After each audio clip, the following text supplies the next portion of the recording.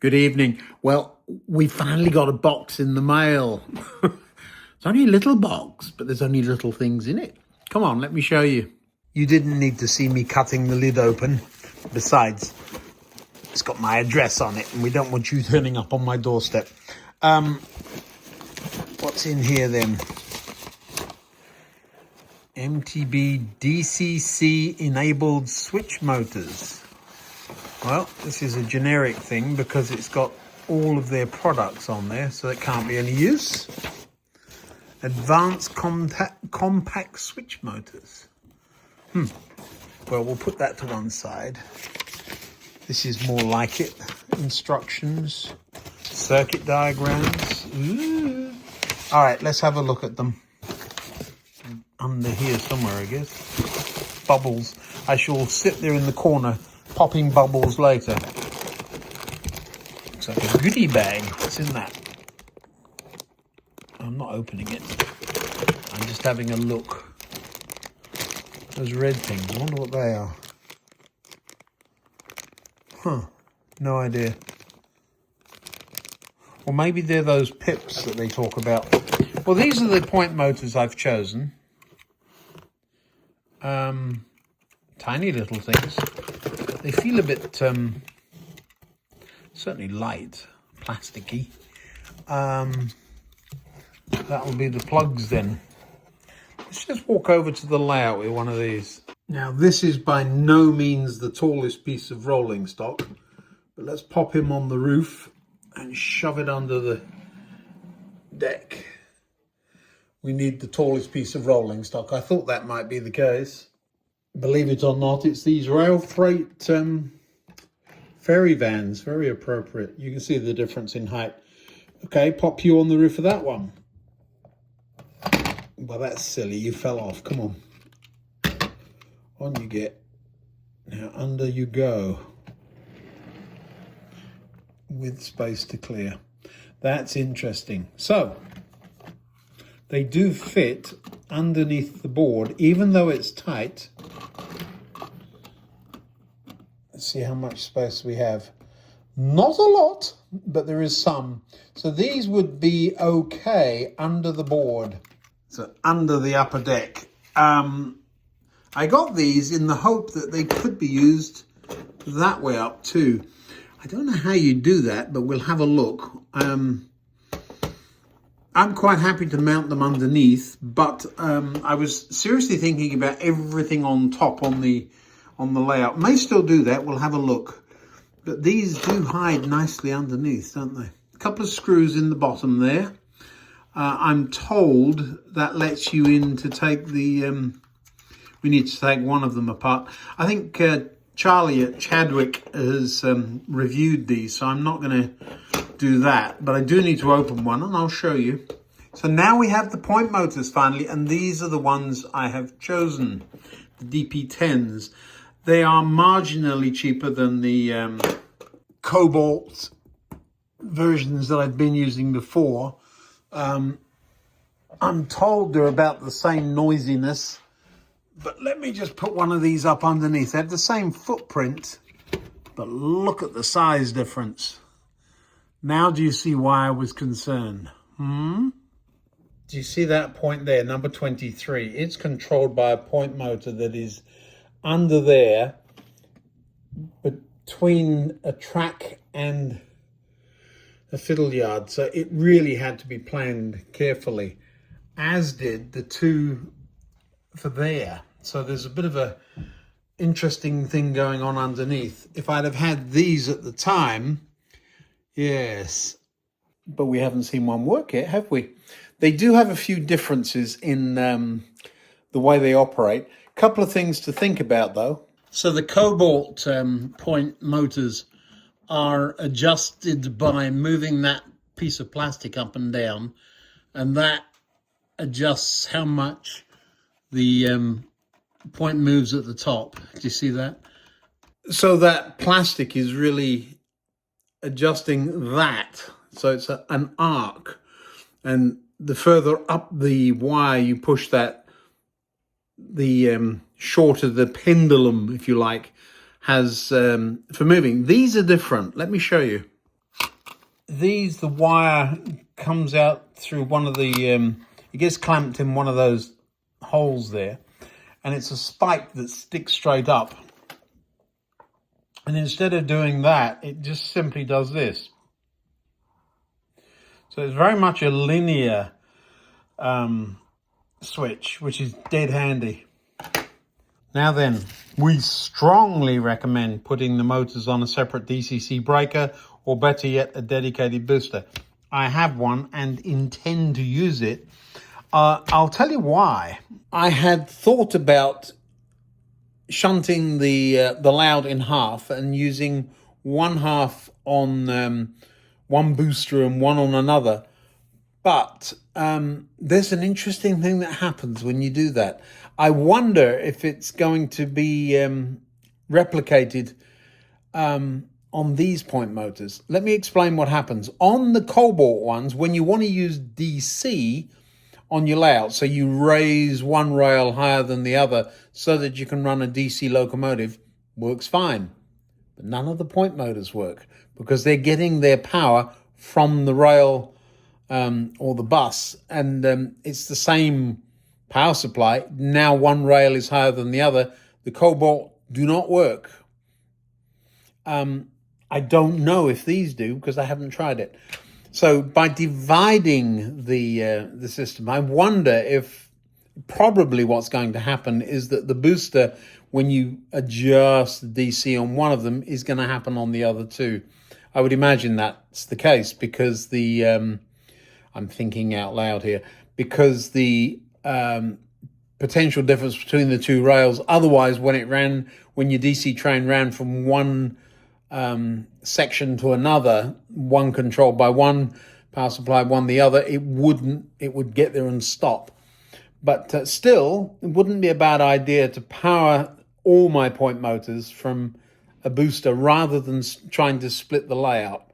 That's my theory anyway. I had wondered about putting the second one on the fiddle yard, but we aren't building the fiddle yard at this time. So I have this, could use it. We will see.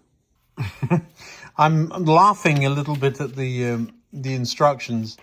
So if the wrong LED is lighting, reverse the connections to the LEDs. That's cheating. Stop it.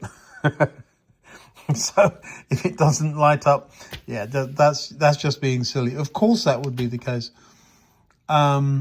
If frog is wrong polarity, reverse the track connection. Again, it's, yes, all very nice. Oh, what have we found here? Quick start guide. Okay. That looks like quite a lot of words. And you know what we're like. Thanks for trying, and DP series motor. Is it written by a computer or is it written by humans? We'll soon know because there'll be humor. Here are a couple of things to remember. That's very humanish. I should probably go through this in order, but let me go down the ears. I like that. I'm just scanning. Ooh, it says goodie bag. I've already found that. So they're using the same language I do. That indicates the rod needle. That will be the spike, I expect. We have very limited supplies of extras. It could be man or machine. I may not be able to get more until our next shipment. That's human. Note the cam pins must be gripped carefully or they will fly off into Katie Coupler Springland. The camera's shaking. Or be eaten by the carpet monster. This is human written. Already I know the instructions are going to work because somebody that knows what they're doing has written them. That's lovely. So I'll have a read through these and try and get one working, shall I? This is on the bench to remind me that the BDL 716 also needs wiring up. So we have a whole bunch of wiring to do. Before I get one working, I'm going to take one to pieces. There's a screwdriver here. Let me turn the end round. Must get another one of these.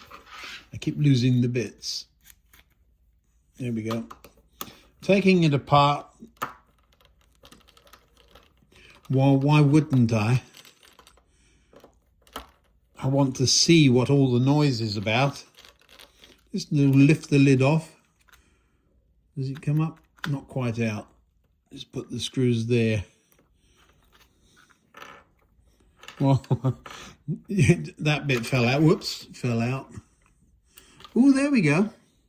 What have we got in here? Little itty bitty motor.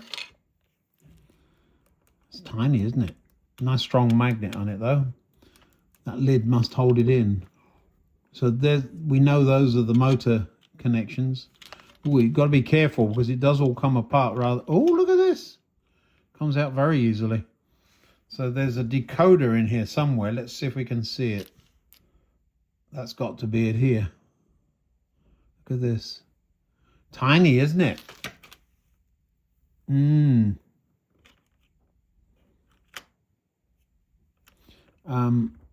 to be careful. I can see very easily would lose bits, and the switches are controlled by a cam. You see this on the on this, and there's little push switches there. So do you actually need to take the lid off for anything? I think you do. Yeah, there's the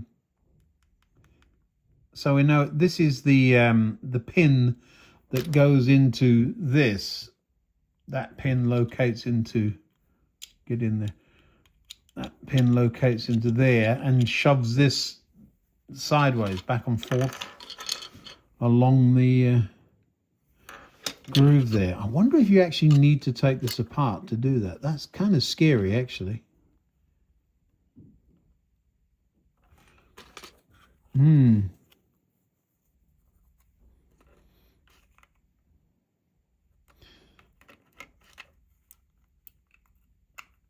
I'm looking how it's constructed. You see the pegs that go in the holes?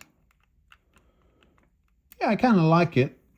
You didn't have to take the other one apart. There's a switch. You see that? Yeah, it's even marked as a switch, so you know that's the switch. This I do like. Where's the box of bits? Let's get one of them out, shall we? They've put them all in one, so I wonder what happens when you order just one. So you can do your wiring and then shove the... Does this go in the wrong way round? Can I get it in the wrong way round? Nope, that's a good thing. So you can only put this in the right way round. I also like that the wires come out straight out, so that way. So if this were a wire, that's where it's coming out. You do up the screws there, but the wires come out there, so that it's not extending anything below the motor. I have a feeling the bar might though. So the bar, when you put, let me get one of those out. So this is a little baggie. I'm guessing those are spare pips. And this is the bar. You get one out. I wonder why there's two in a bag. Let's see how many I've got, shall we? We'll seal that up so I don't lose little pippy things. So we're just going to count in here. Doesn't look like 10 bags. It looks like, let's pour it all out. 1, 2, 3, 4.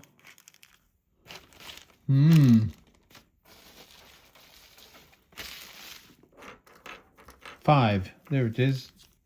So actually there's 2 in each bag, and they give you exactly the right number. So it's no spares.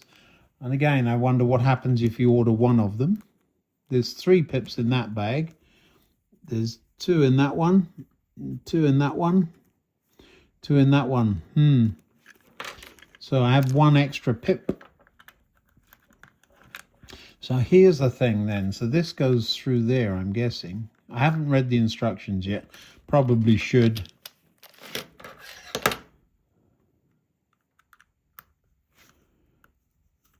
mean, I've seen these used, but I've never used them. Okay, so there's the floor. The idea, of course, is that you don't have to cut these.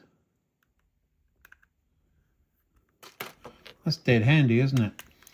So for the majority of the time, you don't have to cut them. What you do is you shove this up through the board and the extra piece sticks down underneath.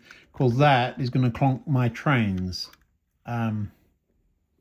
Especially as that is likely to be where it'll be. So we will have to find a way of cutting this off and leaving a little bit of slack. But yeah, so that's how that works. I'm just going to check, does this fit through the hole in the point? Of course it does. That's what it's made for. So that's answered that. I must say I do like these connectors. Wonder what they're called and whether you can get them. Must be able to, I just don't know where. All right, let's read the instructions. Definitely written by a human. It's, fessing up to failures. We'll start down at the bottom. If you encounter a DCC failure, this is still a new product, so they've clearly either had some or are expecting some. Please notify us immediately and we'll send you a replacement in kind. I'll send you a return label. Why am I so suspicious? Because I've had gobbledygook in the past. It says it's set up for 6mm. It also says it doesn't recommend using the bar that comes with it. Well, that's kind of interesting. I get why. This is a very precise, stiff. It says use music wire. That would be piano wire or guitar string. I've got some somewhere because it's got a little bit of bend in it. The issue with this stuff, there is adjustment. I don't think there's a realization of that. I figured out that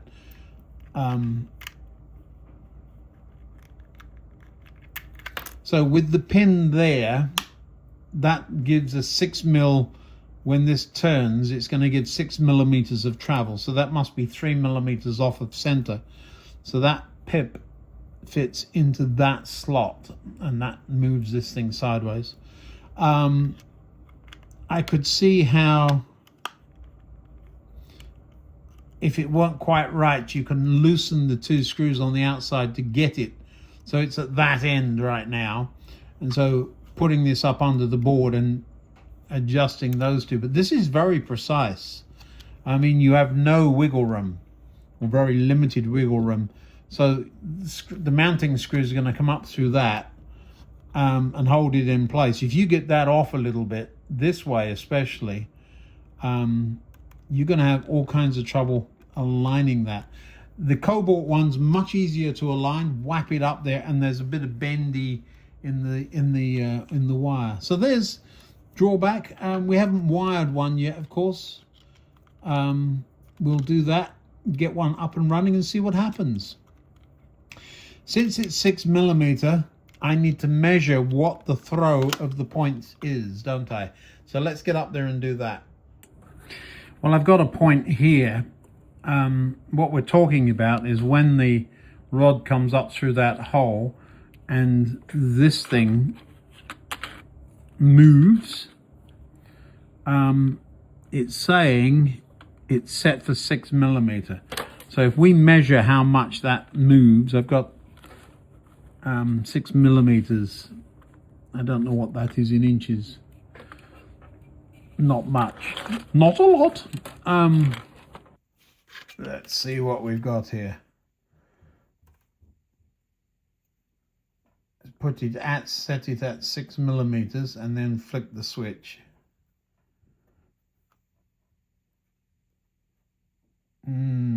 That's 4. Let's try that. Is it 4? We'll go to the, we'll put the 0 right through the hole and push it. 3.5. So that's 3.5mm, not 6. So that's the first thing. So we need to find out which one of these is that. Let me lift the lid off again and pull this. Oh, whoopsie.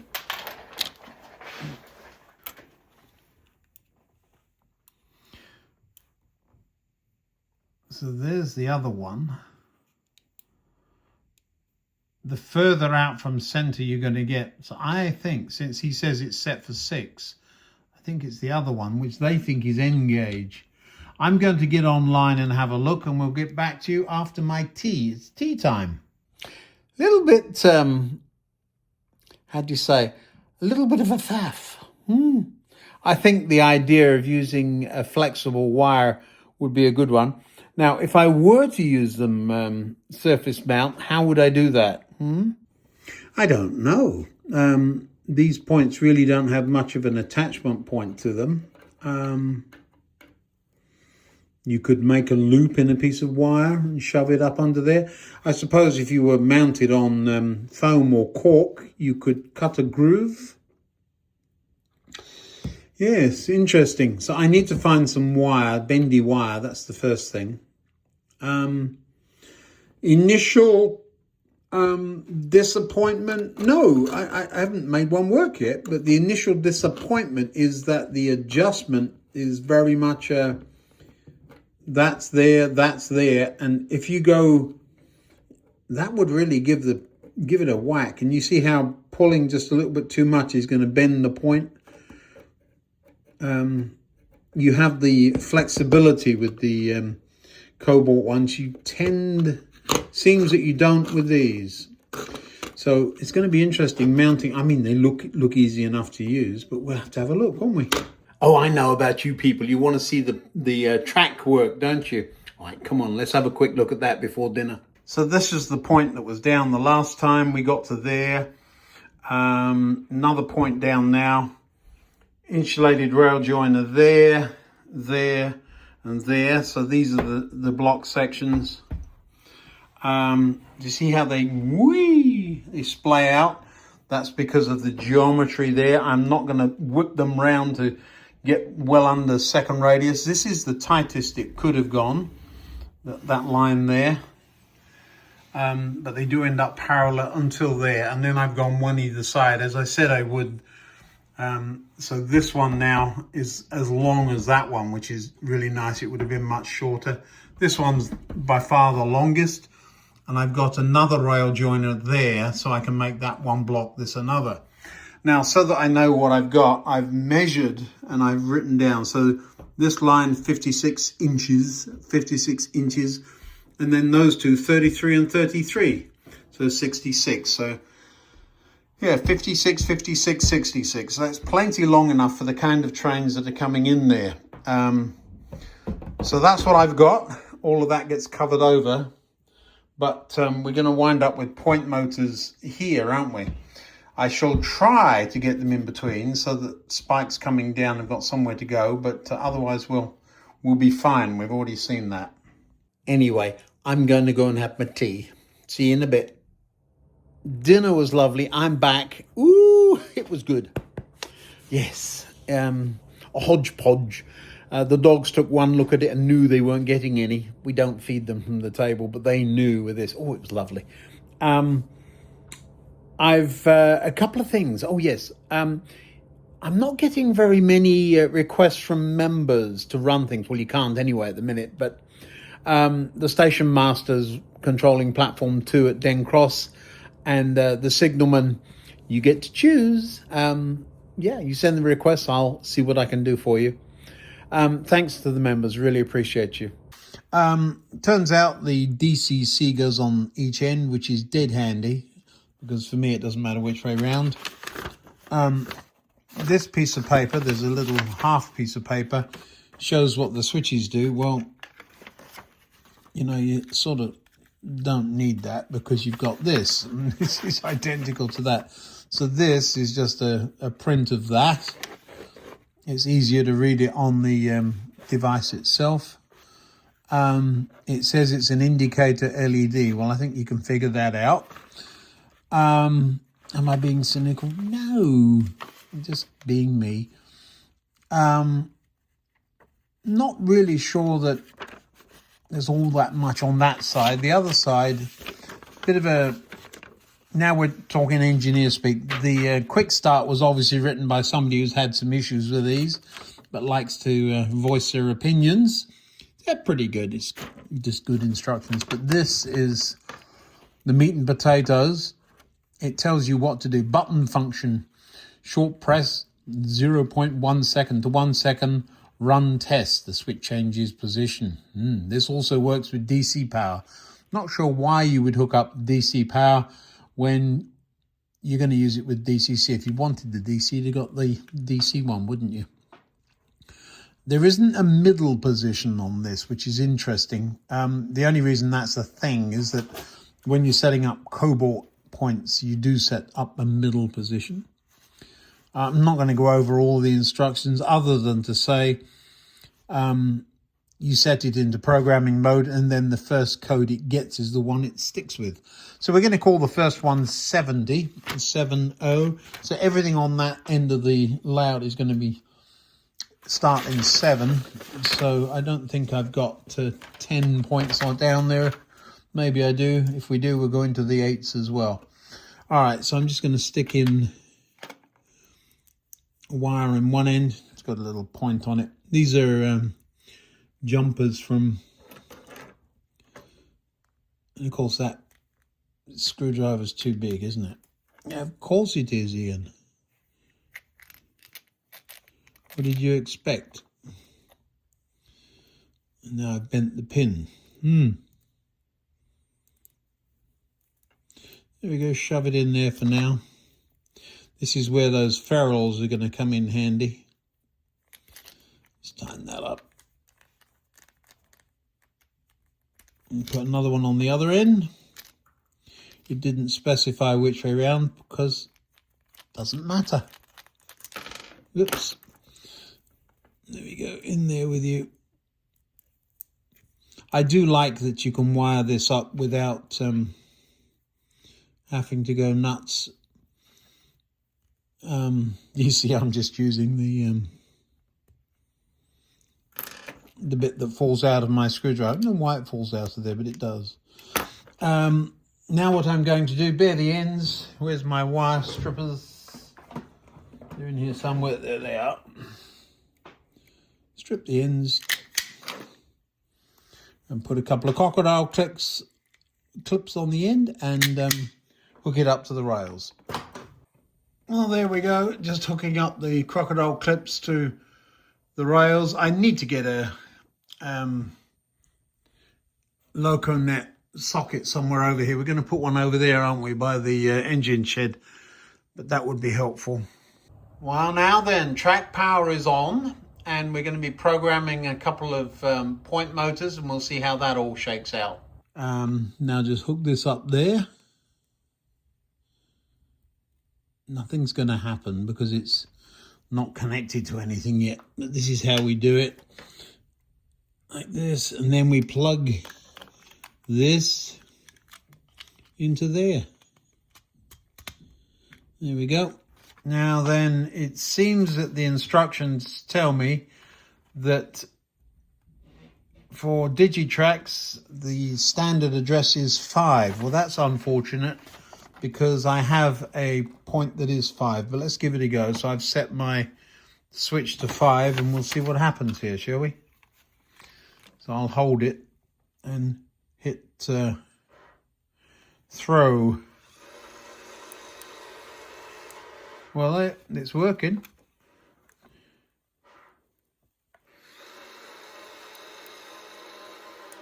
Significantly quieter. Mind you, it's not on the bench. Let's try that again. Yeah, it is significantly quieter than the Cobalt ones. That's interesting. All right, then how do we program this? We want that to be 70. Okay, so let's press the switch for 5 seconds. 2 and 3 and 4 and 5. It says the... Oh, yep. And now if we send 70 to it, it'll go send switch 70 everywhere, but the next switch it gets will be that one. Let's have a look.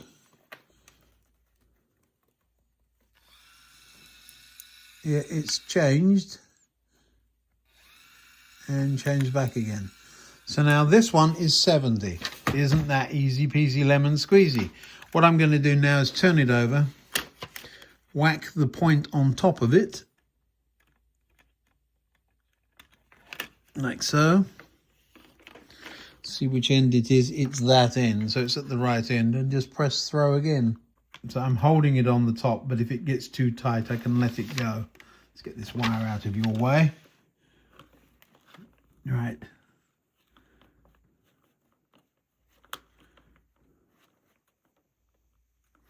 Right, here we go. Let's see.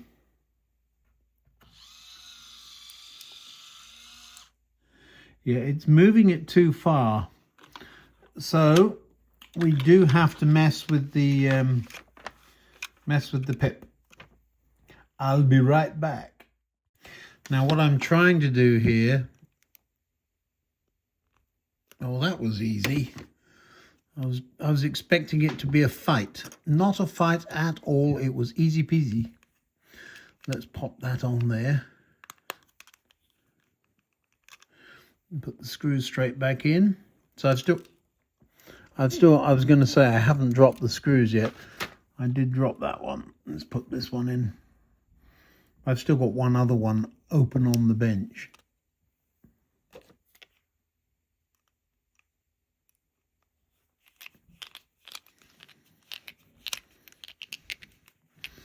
I can see one of the other screws. Where did that one go? There it is.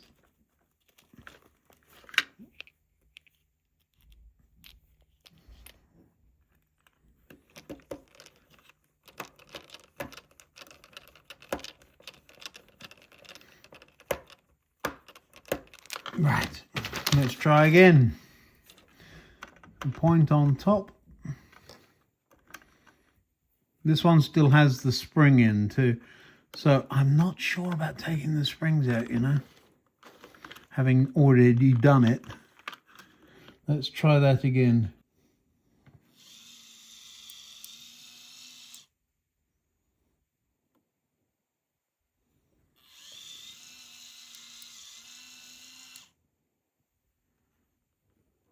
That's what it is. That works. Success. So you need to move the pips over. I will do one more just to make sure I'm on the right track.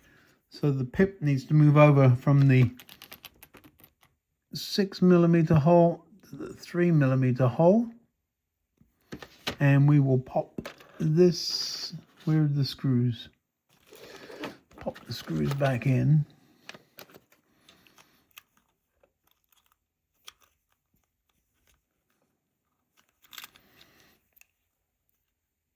There's no up or down for that.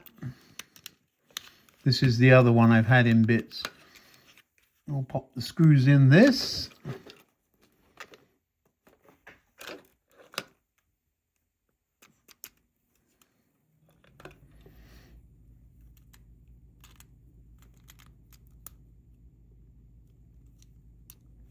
This is all real time, so we will see.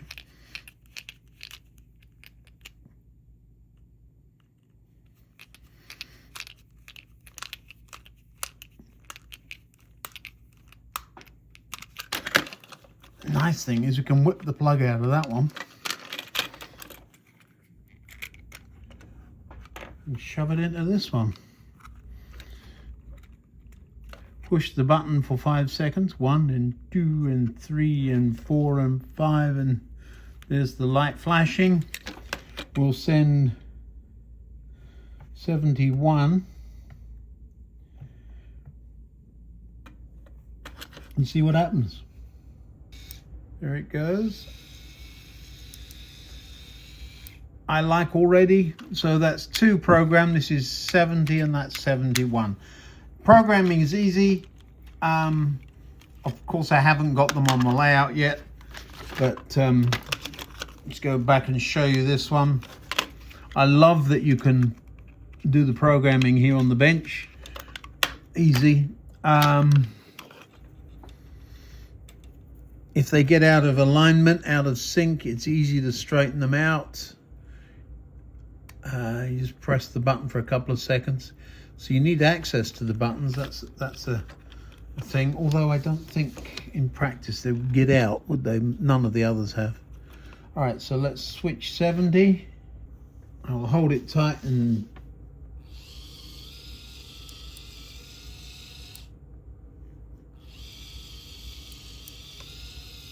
yep, perfect.